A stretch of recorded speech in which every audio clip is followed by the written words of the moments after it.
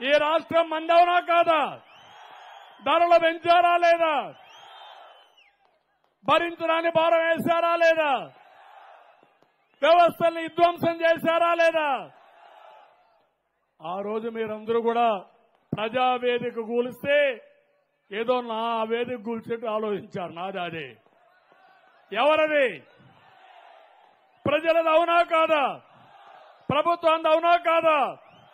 ఎందుకు మీరు స్పందించలేదు అంటే మీకు భయం. నేను ఒక్కడనే పోరాడాలా, లేకుంటే తెలుగుదేశం పార్టీయే పోరాడాలా?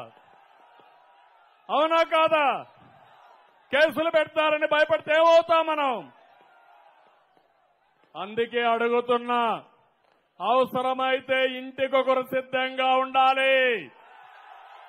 ఖబర్దార్, జాగ్రత్తగా ఉండండి. ఒకరిని అరెస్ట్ చేస్తే 100 మంది వస్తాం, 100 మందిని అరెస్ట్ చేస్తే 1000 మంది వస్తాం. నీ జైళ్లు పట్టావు. ఖబర్దార్, జాగ్రత్తగా ఉండమని హెచ్చరిస్తున్నా. తమిళ్లు మా యువత ఉద్యోగాలు ఏం తమిళ అందరికీ ఉద్యోగాలు వచ్చాయి కదా,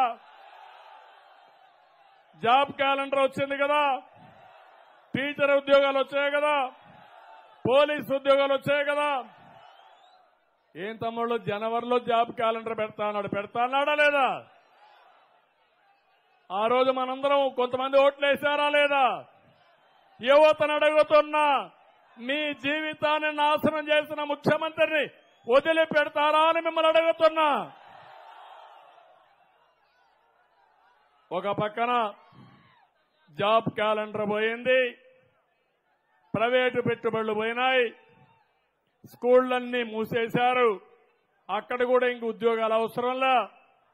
అంటే మన జీవితాలతో ఆడుకుంటూ ఎవరైతే నిరుద్యోగులున్నారో, ఒకప్పుడు నేను నిరుద్యోగ భృతి ఇచ్చానా లేదా?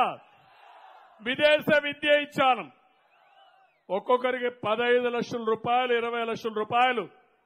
వాళ్ళ తెలివిని బట్టి ప్రపంచంలో ఏ యూనివర్సిటీ కావాలంటే ఆ యూనివర్సిటీ చదువుకుండగా చేశారు. కానీ జగన్ రెడ్డికి మాత్రం ఈయన కూతురు ప్యారిస్ చదవాలా, ఇంకో కూతురు లండన్లో చదవాలా. పేదవాడి పిల్లలు మాత్రం 4 కిలోమీటర్ల వంకలో వాగులో నడిసి ప్రాణాలు చేతుల్లో పెట్టుకొని మన పిల్లలు చదవాలి. ఏం తమ్ముడు, న్యాయమా ఇది? ఈయన మాత్రం ఈయన కూతురి విషయం వస్తే ప్రత్యేకమైన విలాసవంతమైన విమానం వేసుకొని వెళ్లాలా. మన పిల్లలకు సైకిల్ కూడా లేదు. నేను ఆ రోజు సైకిళ్లు ఇచ్చాను లేదా ఆడపిల్లలకి? ఏమైనా సైకిళ్లు ఉన్నాయా? ఇప్పుడు ఇచ్చారా వీళ్ళు? తమ్ముళ్ళు, ఇవన్నీ చూస్తే నాకు చాలా బాధేస్తుంది, ఆవేశం వస్తుంది. కానీ మీలో మాత్రం రోషం రాదు.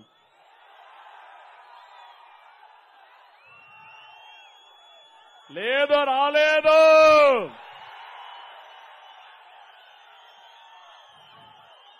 భయపడితే పిరిగితనమే చంపేస్తుంది.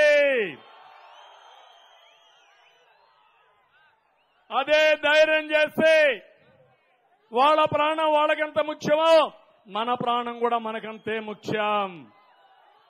ఈ రోజే కాదు, రేపు కూడా ఉంది. ఈ రోజు నువ్వు పెట్టిన కేసులన్నీ లెక్కలు రాసుకుంటున్నా, చిత్రగుప్తుడు మారుగా లెక్కలు రాస్తున్నా. వడ్డీతో సహా ఇవ్వాలనా లేదా? ఇవ్వాలనా లేదా? ఇస్తామా లేదా? ఆ విషయాన్ని కూడా మీరు గుర్తుపెట్టుకోండి. ఏమన్నా తమ్ముళ్ళు, ఎవరైనా వ్యవసాయం చేసే పరిస్థితిలో ఉన్నారా? ఎవరికైనా రైతుకు గిట్టుబాటు ధర వస్తా ఉందా?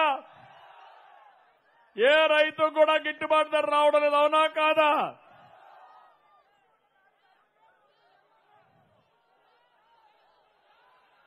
కాబట్టి నేను ఇక్కడ ఒక విషయం చెప్తున్నాను. పోలీసులందరినీ కలపడం లేదు. కొంతమంది పోలీసులు పట్టుగురుగా చెప్తున్నా, మీ బలహీనతలను ఆసరాగా తీసుకుని మీ దగ్గర తప్పుడు పనులు చేయిస్తున్నారు. చెయ్యొద్దండి, చేయమని చెప్పండి. మీకు సమస్యలున్నా పోరాడేది తెలుగుదేశం పార్టీ తప్ప వైఎస్ఆర్ కాంగ్రెస్ పార్టీ నాయకులు కాదు. అందుకని తమ్ముళ్ళు, నేను ఈరోజు పోలీసులకేమో ఎక్స్ట్రాగా జీతం